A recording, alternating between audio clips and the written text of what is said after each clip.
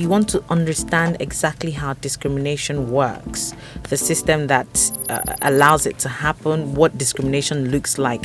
And joining me in that conversation today is author/human rights lawyer Ayo Sogunro. And I also have a writer, and she's a creative director of the Story Station. She also has a background in law, Achalugo Ezekobe. Discrimination ultimately boils down to control and power. And in Nigerian society, we have a situation where power continues to be the most potent currency of social dynamics. Yes. This is how people relate to each other. What and how can I control you? And that's why we start everything with, do you know who I am? Do you know who I am at all times? And so discrimination is about saying, do not treat me the same way you treat that person because I am special, or do not treat that person the same way you treat me because that person is lesser as a person. And that is where power dynamics come into play. Everybody can face discrimination because, like I mentioned earlier, there are various categories. Once they identify the category for it, once they say, oh, if it's by sex, if you're a man or a woman, that's it. If it's by race, where are you from? If it's by color, what's the color of your skin? If it's by tribe, if it's by anything, they just identify it and then you see it come out. The way you face discrimination as a woman is different from the way you face discrimination as a woman who is also a nursing mother. And it is in those ways that inequality begins to creep in. Because while you may graduate with a man from, say, school, you both have the same degree, you both start working at the same time, you both collect in that moment equal pay. Once you become a nursing mother, somehow your career path begins to move gradually away from more pay. So people begin to say, oh, you are nursing a child, so maybe stay back, you cannot give you this job, or we don't want you to, work for us because you'd have things to attend to, and your income begins to fall. That the man would not. No, obviously, if anything, when you become a nursing father, in quotes, your pay begins to rise because people think, oh, you're a more responsible person. Yeah, exactly. And they don't think you'll be distracted or, otherwise unable to carry out your job because somebody else is doing that work. Exactly. So it is in those ways that inequality begins to creep in. So that even though it's not expressly on the contract that we shall give women lower pay, it is the ways in which society, and that's why, again, social dynamics come in. You see the example she gave. Somebody say, why are you still here? Why are you not at home? And that is the kind of scenario that means that she gets less and less opportunities over time. Come back in 10 years, the man and the woman who graduated together at the same time, there's a wide gap between their income ranges now. Because the more opportunities the man gets, the more desirable and valuable he is within the working sector. The less opportunities the woman gets, again, because of the imposition society has put on her, the less valuable she becomes over time.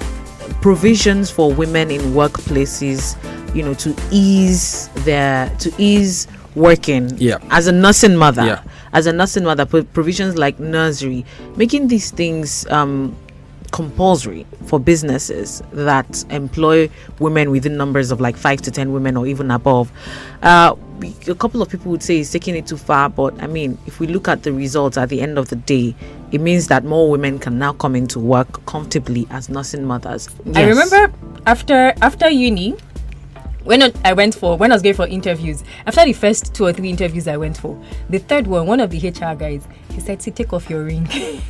Oh my God. He was like, take off your ring, because we're never going to want to listen to you. We're not going to. And so I asked him why. And he said, to be honest, we've had experiences with married women who would come in and they feel like sometimes you're lying. They feel like. So I think the first step is for you as a person, it doesn't matter if you're a man or a woman, be a valuable employee. Okay. Is this company going to be able to need what I'm bringing to the table? Yes. All right. So once we're sure of that at first, I think the next thing is for both parties to figure out how they can make it work. Okay. So I remember one time at the law firm, I went to one of the partners and I said, this is a difficulty I'm having. The 9-to-5 structure is a bit difficult at this time because I was nursing. However, I can do some things at 1 a.m. because my baby is awake and I'm breastfeeding and I can use my hands. Okay. So I can do work, but then I wouldn't be able to come in at 8. So can I send this over email? Okay. And they're like, yes.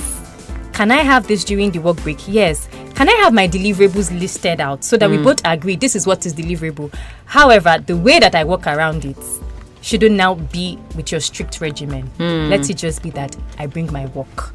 So I feel like employers and employees, they should be able to sit down and say, this is what we want. How can we achieve it? Think out of the box. All right. Don't sit and think and say, oh, well, you have to be here. When the supervisor is passing, they must see you at your desk. And this is not just for women. Let's think out of the box for everybody. Make the workspace. Yeah. Let everybody be happy. In a society where power flows from the top downwards, Yes. in a hierarchical structure, there's likely to be more discrimination in that society than a society where, for example, power flows from the bottom to the top, where people elect their representatives and representatives are accountable to the people and so on and so forth.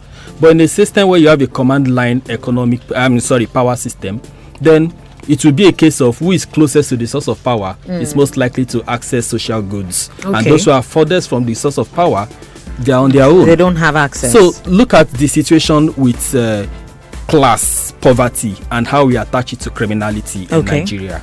If you look a certain way, like you said, if you are poor, if you look poor, you are automatically treated with suspicion. Why? Because you do not, or you clearly don't have power. Because power is our currency. And because you don't have power, there is a continuous suspicion around you that you are going to do something to unbalance the system of things. And it makes sense because those who don't have power would want power.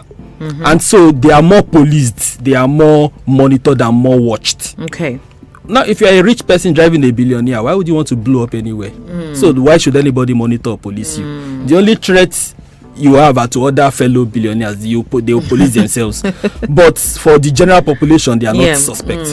But if you are a poor looking person walking into a ministry, you could possibly be an assassin. That is the thinking. And the idea is that because you came to steal, you came to do something to disrupt the existing system. And so, because power is far from the people, we treat the people with suspicion.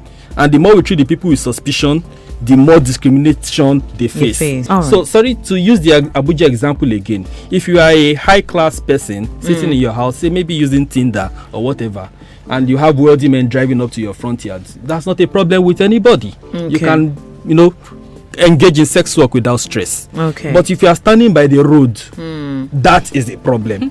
You are unbalancing an environment that has been designed to look, respectable for people with power. So the problem is not the sex work. The problem is the person, the poverty involved in the sex work. Sometimes you think like these policemen, or they don't know what they're supposed to do. They do. When you ask some of them, they do. They know they're not supposed to stop people who look a certain way. So at the end of the day, I think if you want to understand it, you step away from what they do and ask yourself the why. And I've realized that in our country, a lot of us impose our morals on others. And that's the source of a lot of these things. So I attend a religious institution where if you're wearing locks, you're not a good child of God. If you have tattoos, you're evil. If you have this, and you see that a lot of us have been indoctrinated in these things from childhood. So you grow up with it, and then you begin to project it onto other people. So somebody comes to your office, and then it has nothing to do with your office rules of discrimination. It's you now saying, you know what, I don't want anybody wearing a tattoo near me. I don't want anybody wearing locks near me. I don't want this, I don't want that. Your hair must be covered. These are now people projecting their personal morals. So I would say what is in place.